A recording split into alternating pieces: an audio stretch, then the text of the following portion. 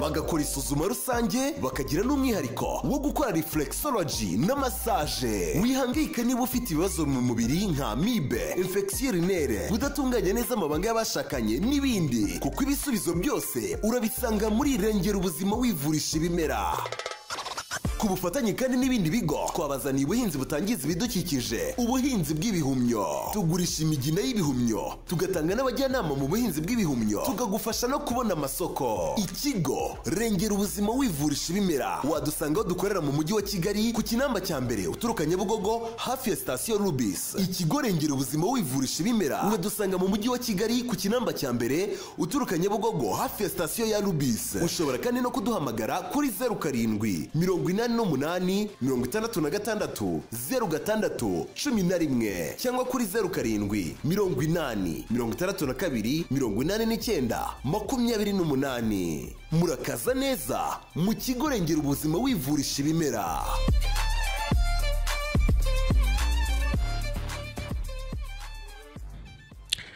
Nanone tubahaye ikaze mu kiganiro amagara mazima n'ubutunzi bw'ibanze, kuko amagara mazima n'ubutunzi bw'ibanze kandi kubungabunga ubuzima n'inshingano za buri wese.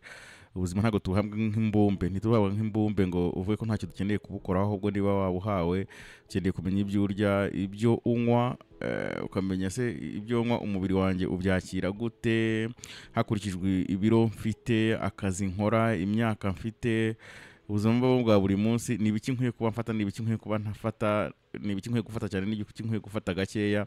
Ikigo Rengera Ubuzima wivurisha ibimera rero akaba ari ikigo gikora muri bene ubwo buryo, bagira inama mu mirire, mu minywere, mu myitwarire, imyitozo ngororamubiri, kibafasha kuba gifite massage nziza ndetse na reflexology and massage. Ariko massage zimwe zivura ntabwo ari za massage zo ku za relax cyangwa se zifite ukundi zikoze, ni massage zigenewe kuvura, ni reflexology igenewe kuvura kugira ngo imyanya iri imbere mu mubiri ibashe kuba iri kuri gahunda ikwiriye. Rengera Ubuzima wivurisha ibimera rero akaba ari ikigo gikorera hanga ku Kinamba, mujyi wa Kigali ku Kinamba turuka Nyabugogo. Ushaka kwerekeza ku Gisozi aho ngaho kuri station ya Rubis neza aho ngaho niho ushobora gusanga ikigo Rengera Ubuzima wivurisha ibimera.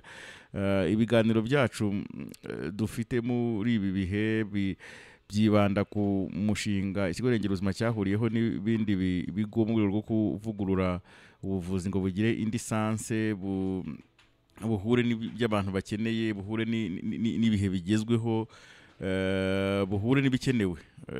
Aho rero tufite umushinga twise Rwanda New Start Health Project, Rwanda New Start Health Project, umushinga ugizwe n'inkingi zigera kuri 16 icyakora zibanda ku mirire, zibanda kuri food supplement cyangwa se ku nyongeramirire, byo kunywa, health juice, hanyuma imiti ikoze mu bimera, natural pharmacy, tukibanda none ku kurengera ibidukikije, environment protection n'izindi nkingi zitandukanye zikubiye muri uwo mushinga Rwanda New Start Health Project. Akaba ari umushinga nyine muri utabasha gukorwa n'ikigo kimwe, niyo mpamvu twakinguye amarembo kugira ngo tubashe kubikora mu buryo butworoheye.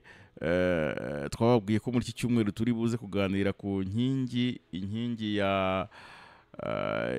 ya munani twise farumasi y'iMuhira, farumasi y'iMuhira, ameza y'umwimerere, ndetse n'inkingi ya 12 yitwa mu mboni zabo hambere.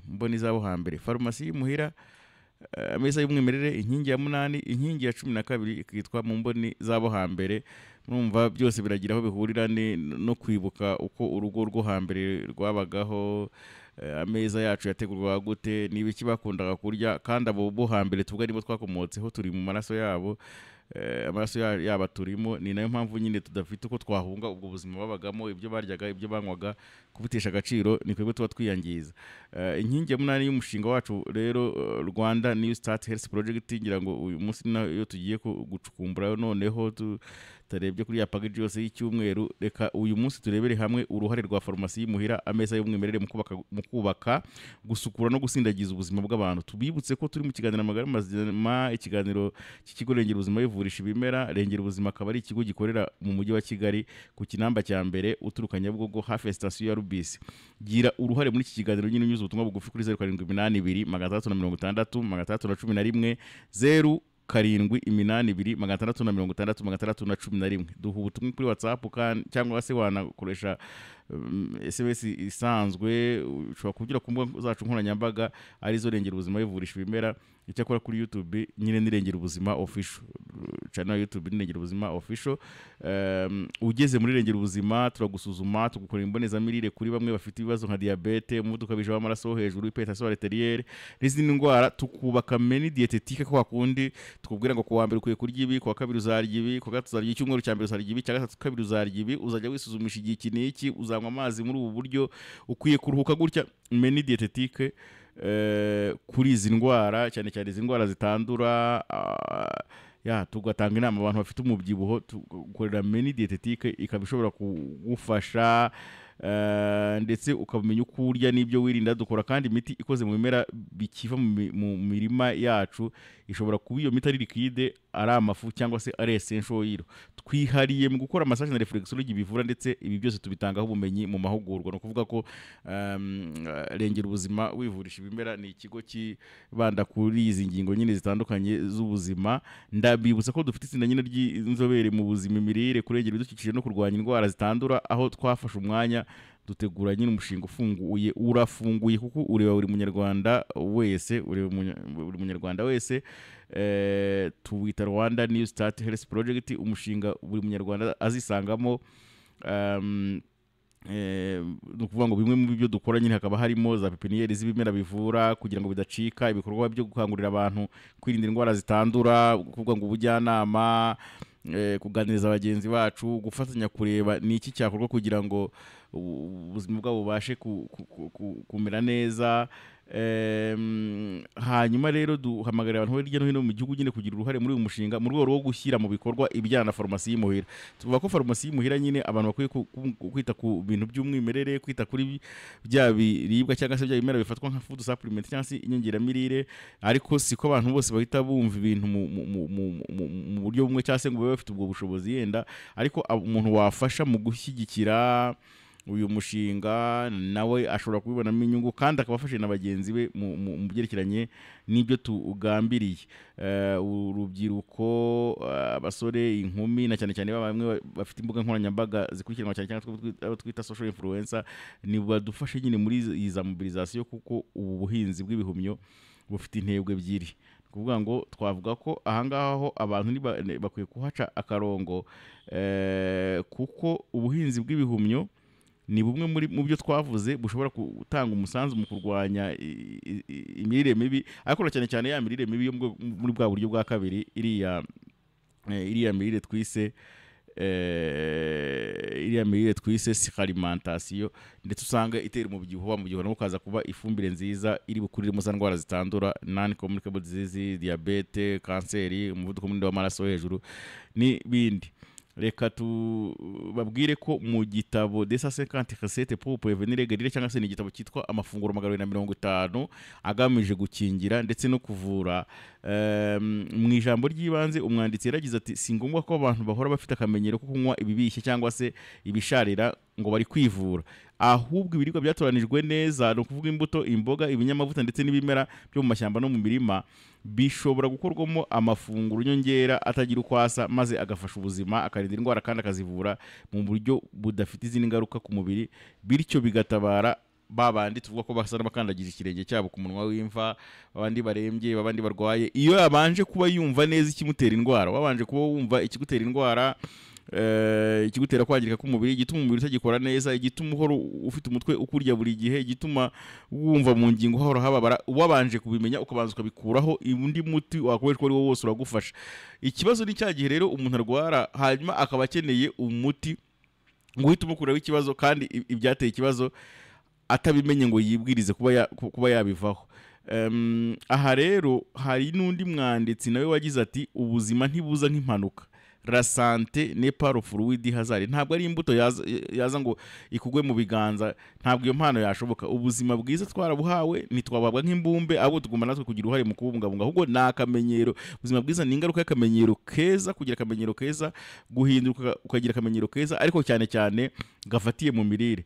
Uyu munsi rero turabaganiriza ku bitagomba kubura ku meza yanyu, yewe n'ibikwiriye kubaha gake kuhaba gakeya, bikwiye kuba gakeya ku meza yanyu, n'ibikwiye kuhaba cyane. Turababwira ku buryo bwo kumenya guhitamo umwimerere mu gihe muhaha, kandi turanifuza ko ameza yanyu agabanukaho ibyangiza umubiri, ibyangiza amenyo, ibyangiza imitsi, ibizibamara n'ibindi bitandukanye bigenda byangiza ubuzima bwacu. Ameza yanyu, iyo tuvuze ngo farumasi y'imuhira, tuvuze farumasi y'imuhira, wa farumasi ubwo ni imiti, ahagurirwa imiti, ariko kubera icyo umuntu we atakora ku buryo mu byarya haba harimo ibyabasha kurengera ubuzima. Aho rero urumva farumasi y'imuhira ni iragutse cyane, kubera ko iratekereza ku mirima, ni ibice ukunda guhinga, mu byo uhinga wakongeramo n'ibyabasha kurengera ubuzima. Hanyuma farumasi y'umuhira iraza none kubitekereza mu gikoni cyawe uteka gute, ni ibice ukunda guteka. Iyo ugiye guhaha ku isoko, ni ibice utagomba gusiga. Ntugasige teyi, ntugasige romare, ntugasige tungurusumu, ntugasige watermelon. Hari ibintu ugomba kuba ufite iwawe ukamenya ukuntu bikoresha. Ntugasige radi, ntugasige aritisho. Hari ibintu twagiye turondora, twagiye tugenda nyine tuvuga buri kimwe kugira ngo mumenye farumasi y'imuhira igomba kuba irimo ibiki n'ibiki. Farumasi y'imuhira iragenda ikarenga ikanatekereza ni ibiki mukunda kurya, ni ibiki abantu bakunda kunywa. Ibi byose bigenda bikumenyesha icyabasha kurengera ubuzima bwawe. Tubibutse ko nyine ikiganiro amagara mazima ari ikiganiro cy'ikigorengera ubuzima yivurisha ibimera, ikigo gikorera ahangaha ku Kinamba mu mujyi wa Kigali, ku Kinamba uturuka Kinamba cya mbere uturuka Nyabugogo, aho ngaho neza kuri station ya Rubisi. Kandi serivisi zacu zikaba zigwiriyemo nyine ibyerekeranye n'ubuzima, ibyo turya, ibyo tunywa, uko dutegura amafunguro, buri kimwe.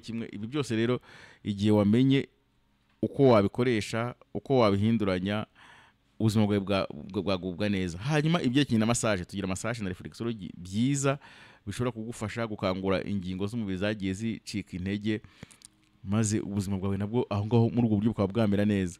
Ni massage ivura, massage thérapeutique, ntabwo ari za massage zo gukina cyangwa se twita ngo nizo kwiruhura. Oya, ni massage thérapeutique, massage ivura. Ni reflexology iyo ivura, reflexology ivura. Hanyuma tukanatanga inama ku mirire ndetse n'ibindi bikorwa bitandukanye by'ubuvuzi. Reka kanya tugaruke noneho twinjire neza muri aya meza y'umwimerere. Turifuza ko ameza yawe yaba ariho iki, ni ibiki bigomba kuba biriho gakeya, n'uruhe rugamba twarwana. Urwo rugamba ko tugomba kurufatanya, kubera ko nitukubwira ibyo uri bukore ku meza yawe cyangwa se muri farumasi y'imuhira, nta nubwo tuzaza kuba ari wowe twebwe tubigushakira, ahubwo ni wowe ugomba kuba uw'imbere, natwe tukaza dufatanya. Kwita ku buzima bwacu ni inshingano yihariye kuri twebwe. Niyo mpamvu nkurangiye ikigo Rengera Ubuzima wivurisha ibimera. Abo ni abahanga ba mbere mu kubungabunga ubuzima. Baguha imiti ikozwe mu bimera, bagakora isuzuma rusange, bakagira n'umwihariko wo gukora reflexology na massage. Wihangayika niba ufite ibibazo mu mubiri nka amibe, infection urinaire, kudatunganya neza amabanga y'abashakanye n'ibindi, kuko ibisubizo byose urabisanga muri Rengera Ubuzima wivurisha ibimera. Ku bufatanye kandi n'ibindi bigo, twabazaniye ubuhinzi butangiza ibidukikije, ubuhinzi bw'ibihumyo. Tugurisha imigina y'ibihumyo, tugatanga n'abajyanama mu buhinzi bw'ibihumyo, tukagufasha no kubona amasoko. Ikigo Rengera Ubuzima wivurisha ibimera wadusanga aho dukorera mu mujyi wa Kigali, ku Kinamba cya mbere uturuka Nyabugogo hafi ya station Rubis. Ikigo Rengera Ubuzima wivurisha ibimera wadusanga mu mujyi wa Kigali, ku Kinamba cya mbere uturuka Nyabugogo hafi ya station ya Rubis. Ushobora kandi no kuduhamagara kuri 07 88 66 06 cyangwa kuri 07 80 62 89 28. Murakaza neza mu kigo Rengera Ubuzima wivurisha ibimera.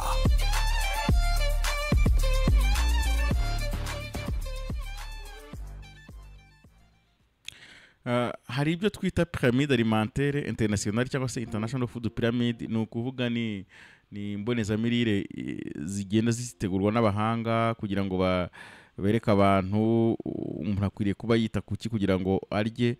Ni ukuvuga ngo izi za pyramide alimentaire tugiye kubabwiraho ni nazo zerekana uko ameza yawe agomba kuba ateguye kugira ngo aze kurengera ubuzima. Nuza gusanga unyuranya, usibye ko biraza bigaragara ko nyine n'ubundi tunyuranya twese, uze kuba witeguye kubihindura.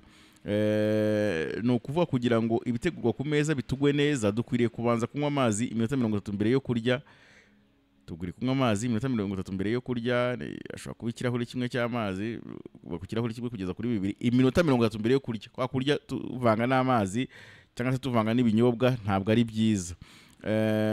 Ubundi tukaza gukurikizaho ikiribwa kibisi gishobora kuba imboga nka karoti cyangwa se imbuto nk'umuneke n'ikindi kintu. Abahanga batanga inama kandi ko atari byiza guhuza imbuto n'imboga mu ifunguro rimwe. Twavuga ko umutambiko wa mbere kuri iyi piramide alimentaire ugizwe n'ibinyampeke n'imbuto kugira ngo tubone isukari, carbohydrates cyangwa se hydrates de carbone. Hanyuma kandi umutambiko ukurikiyeho ugizwe nanone n'ibyo twita imboga zumishije cyangwa se tujya tunabyita ibinyamisogwe, no kuvuga ni soya, ni amashaza, ni ibishyimbo, imbuto zumishije.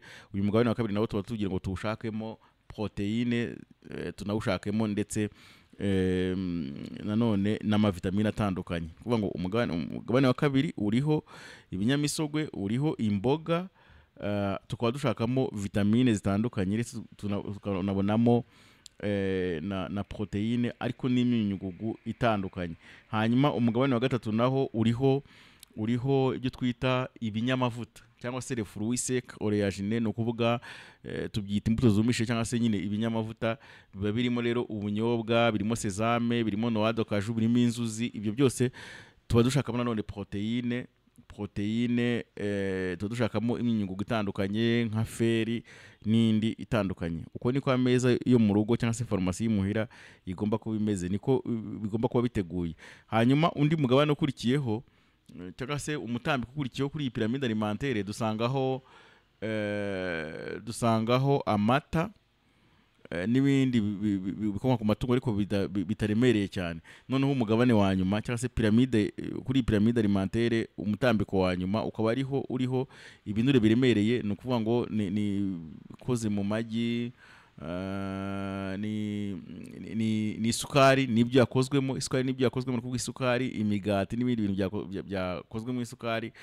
Noneho ibi nabyo bikaba biri ku mutambiko wa nyuma, ariho abahanga bavuga ko byibura bigomba kuribwa gake, byanakabya bikaribwa kabiri mu cyumweru konyine. Mu byigwa bikorwa bifite ikigendererwa, harimo nk'inyandiko nyine ziyobora abadieteticie cyangwa se abahanga mu kuvurisha ibiribwa yitwa Guide des aliments et des pouvoirs créatifs. Harimo chapitre ya 37 yitwa Une bonne utilisation des aliments cyangwa se uburyo bwiza bwo gukoresha ibiribwa. Hakaba harimo agace gato kitwa problème de l'alimentation actuelle cyangwa se ibibazo biterwa n'imirire y'ubu ngubu. Aba bahanga barabanje bavuga ko iterambere ry'inganda zitunganya ibiribwa nibyo kuko zagabanije inzara. Twavuga ko inzara yagabanutse kubera ko niba abantu bahingaga ibiribwa ariko kandi ibiribwa kenshi biba biri saisonnière, ariko bimwe bikaba bishobora gupfa ubusa, noneho barabitunganya bikazakoreshwa mu kindi gihe. Ariko muri iyo nzira ikoreshwa mu kubitunganya, kwa kundi dufata ibigori twabikuraho kariya gahu k'inyuma, twangiza tugakuraho akajerime k'imbere, hari ibigendamo. Kuno dufata imbuto tukazikoramo, tunganyamo ji ziri burambe zikamara igihe kirekire, hari ibyangirika. Aha rero tuzahitamo guhomba amafibre vegetale cyangwa se ibintu by'ingenzi biba biri muri bya binyampeke igihe bitari byatunganywa, duhombe vitamine n'imyunyungugu biri mu binyampeke bitaciye mu ruganda, cyangwa nyine tubitekereze, turebe niba twabibungabunga cyangwa turebe niba twari igihe twabikoresha kugira ngo ubuzima bwacu bukomeze bubere neza. Turibaza ngo mbese tuzahitamo kurya ibyo kurya byoroshye, kwa kuri duhitamo kurya amasosi, kurya icyo gitoki kirimo ubunyobwa, ariko kurya byo kurya bikomeye birimo iyo myumbati, kurya ibijumba, ikintu gituma nyine uri butinde uhekenya. Turacyanga kandi uko urya ibyo kurya ntuhekenye, ibyo kurya byihuta utari buze guhekenya, bituma nyine igogorwa rya ukurya akaba ritangira mu kanwa bitari buze kubaho, noneho umubiri nyine ukagira bimwe na bimwe uhomba. Turibaza rero ibyo kurya byatunganijwe tugomba kuba tugira icyo tubitekerezaho, cyangwa se byaciye mu nganda, kuko muri ibibazo biterwa n'imirire y'ubu, ibyo kurya byaciye mu nganda bitunga urutoki cyane. Nta wuvuze ngo nibiveho, ariko mu kwitekerezaho umuntu wese yagira atekereza ni gute mpitamo gutunganya ameza yanjye. Ese mu gihe na farumasi y'imuhira ni iki nakwitaho maze bikagufasha guhitamo uru rugamba rwo kugabanya urugimbu cyangwa se kugabanya ibinyabinure byinshi, kugabanya ibigwiremo isukari, kugabanya izo nkoko zakorewe mu nganda. Nawe inkoko iminsi ingahe inkoko yakoze ukarya, ni ugutekereza kuko buri ibintu byose ni amahitamo bishyirwa imbere yawe, ukahitamo kubigabanya cyangwa se ukanahitamo guhora no kwa muganga. Byose biri mu maboko yawe. Reka rero tubabwire yuko nyine ikigo rengera ubuzima bivurisha ibimera ni ikigo gikorera ahangaha ku Kinamba, mu bujyanama bw'imirire, mu gusuzuma rusange, gusesengura ibizami bivuye kwa muganga, gukora amameni dietetique, kwa kundi tugukorera imbonezamirire y'ibintu ugomba wowe kwitaho. Nzarya iki kuwa mbere, nzarya iki kuwa kabiri, kugira ngo umubiri wawe butunganye. Hari ibintu byinshi bigiye biriho abantu bakwiye gusobanukirwa, kuko nko kubona umuntu yakoze urugendo rugeze ku myaka 5 kugira ngo abyibuhe, none ngo bamubwiye yuko hari ikintu agomba gukoresha akananuka mu kwezi kumwe. Ibyo biramutse binakunze byagusigira ingaruka. Ibyo byose ni ukumenya ni iki cyakoreshwa. Rero ahangaha nabwira abantu farumasi y'imuhira ni iki gusigiye. Farumasi y'imuhira ni iki gusigiye ku meza yawe y'umwimerere. Meza yawe hagomba kuba hariho iki. Twababwira ko mu ya nkingi ya 15 n'iya 16 ya wa mushinga, no kuvuga nkingi ya 15 twayise New Start Library, no kuvuga turararikira abantu nyine ko kongera kunyuza amaso mu nyandiko zivuga ku buzima.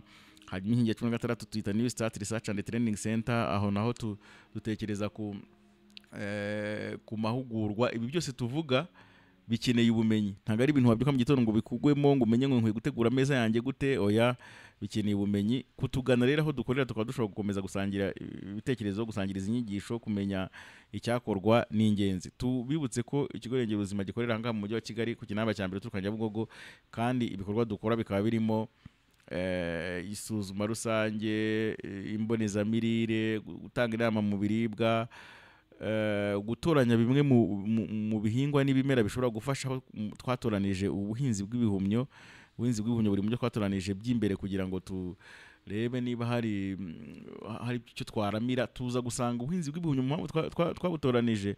Ubuhinzi bw'ibihumyo ni tekinoloji leta y'u Rwanda yaguze n'igihugu cy'Ubushinwa mu mwaka wa 2008, kandi tuza gusanga ubuhinzi bw'ibihumyo, ibihumyo ubwabyo bifite umuryango munini, biragutse cyane, aho bifite amavariyete menshi, amwe agenewe ubuvuzi, amwe ashobora gukorwamo imiti, akenewe kurwanya imirire mibi, andi ashobora kwihutishwa akavamo imishinga minini ishobora gufasha abantu. Dusanga ko ubuhinzi bw'ibihumyo bushobora kuba ingenzi mu kunganira abantu. Natwe tubihitamo rero, kandi dufatanya n'abantu batandukanye babikoraho nyine ibintu byinshi. Hari abafite abakora imbuto, abakora umurama, hari abakoramo, ababitubura, abakoramo imigina, hari abakoramo ababicuruza. Hari birafunguye kugira ngo bikure hirya no hino mu gihugu. Noneho impamvu zatumye koko igihugu gifata umugambi wo kugura iyo projet, kugura iyo tekinoloji ngo ize bigerweho, kuko hari abantu batabizi, kandi bimaze imyaka 14 guhera 2008,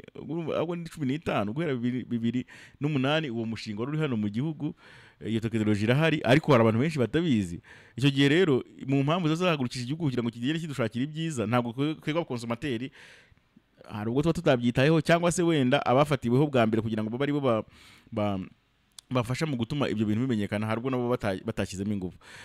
Ndabwira abantu yuko rero kutugana, kunyura ku buryo butandukanye tugenda dukoresha, kwegera aho turi tukaba dushobora kuganira kuri ubwo buryo twagiye dutoranya ibintu bitandukanye by'ingenzi binagenewe kubungabunga ubuzima. Ni ibintu by'ingenzi. Twabwira ko rero ikiganiro amagara mazima cy'uyu munsi cyo tugipfundikiriye ahangaha, naho ku munsi w'ejo. Kwita ku buzima bwacu ni inshingano yihariye kuri twebwe. Niyo mpamvu nkurangiye ikigo rengera ubuzima wivurisha ibimera. Abo ni abahanga ba mbere mu kubungabunga ubuzima. Baguha imiti ikozwe mu bimera, bagakora isuzuma rusange, bakagira n'umwihariko wo gukora reflexology na massage. Wihangayika niba ufite ibibazo mu mubiri nka amibe, infection urinaire, kudatunganya neza amabanga y'abashakanye n'ibindi, kuko ibisubizo byose urabisanga muri rengera ubuzima wivurisha ibimera.